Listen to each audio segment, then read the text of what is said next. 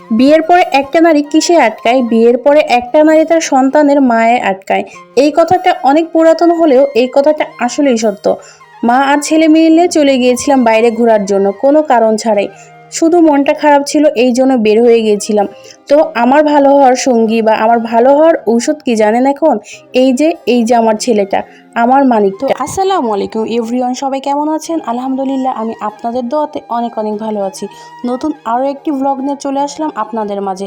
আসলে এই পেজে তেমন একটা ভিডিও দিতে পারছি না, কারণ যেহেতু আমি আরও একটি পেজে কাজ করতেছি, তো একসাথে তো দুইটা পেজে কাজ করা আসলেই সম্ভব না। তো এখানে যতটা পারছি ততটা আর কি অ্যাক্টিভ থাকছি।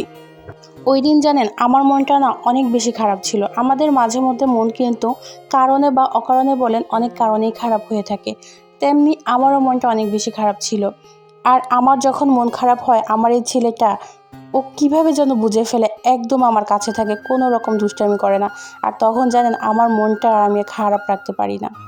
এমনিতে কিন্তু সারাদিন দুষ্টামি করে আমার ঘরটা একদম ভরিয়ে ফেলে, কিন্তু ওই সময়টাতে ও কিভাবে যেন বুঝে, চুপটি করে এসে আমার কাছে থাকে, বিশ্বাস। আর আমার হাজার মন খারাপ থাকলেও তখন ওর ওই মায়াভরা মুখটা দেখলে আমি সব ভুলে যাই।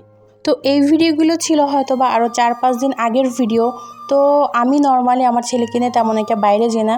আসলে সত্যি কথা বলতে না, আমার নিজেরই ওরকম সাহস হয় না, এই জন্য।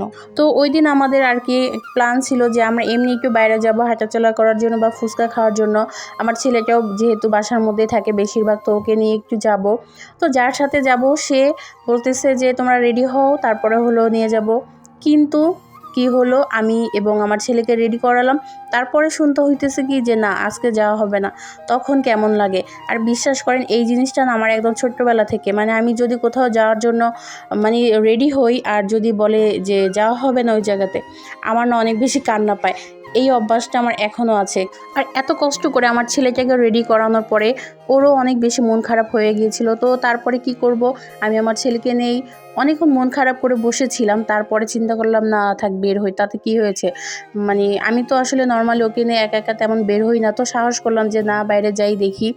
তারপরে বাইরে যাওয়ার পরে তো আমার ছেলেও মহা খুশি আর আমারও মনটা একদম 1 মিনিটের মধ্যে ভালো হয়ে গেল। তো আমরা গিয়েছিলাম শুধু ফুচকা খাবো এর জন্য, কিন্তু যাওয়ার পরে তো এক এক জিনিস দেখার পরে মানে চোখ একদম কপালে উঠে যাচ্ছিল। আর এই দিকে দেখেন আমার ছেলে খেলনা ধরেছিল, কিন্তু আমার ছেলেটা মাশাআল্লাহ অনেক বেশি ভালো।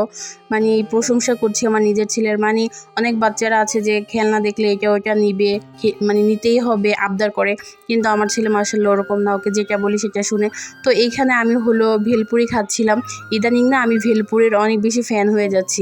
আগে এই ভেলপুরিটা এতটা খেতাম না, কিন্তু এখন অনেক বেশি মজা লেগেছে, লাগে আর কি। তো আমার ছেলেকে একটু খাওয়ালাম, ওকে তো দেই না অতটা, তারপরও যেহেতু আমার সাথে গিয়েছে তো ওকে দিলাম, ও দেখি বেশ মজা করে খাচ্ছিল। আর ওর জন্য পিজা নিয়ে আসছিলাম, কারণ আমার ছেলের অনেক বেশি পিজা পছন্দ এবং আমারও অনেক বেশি পিজা পছন্দ।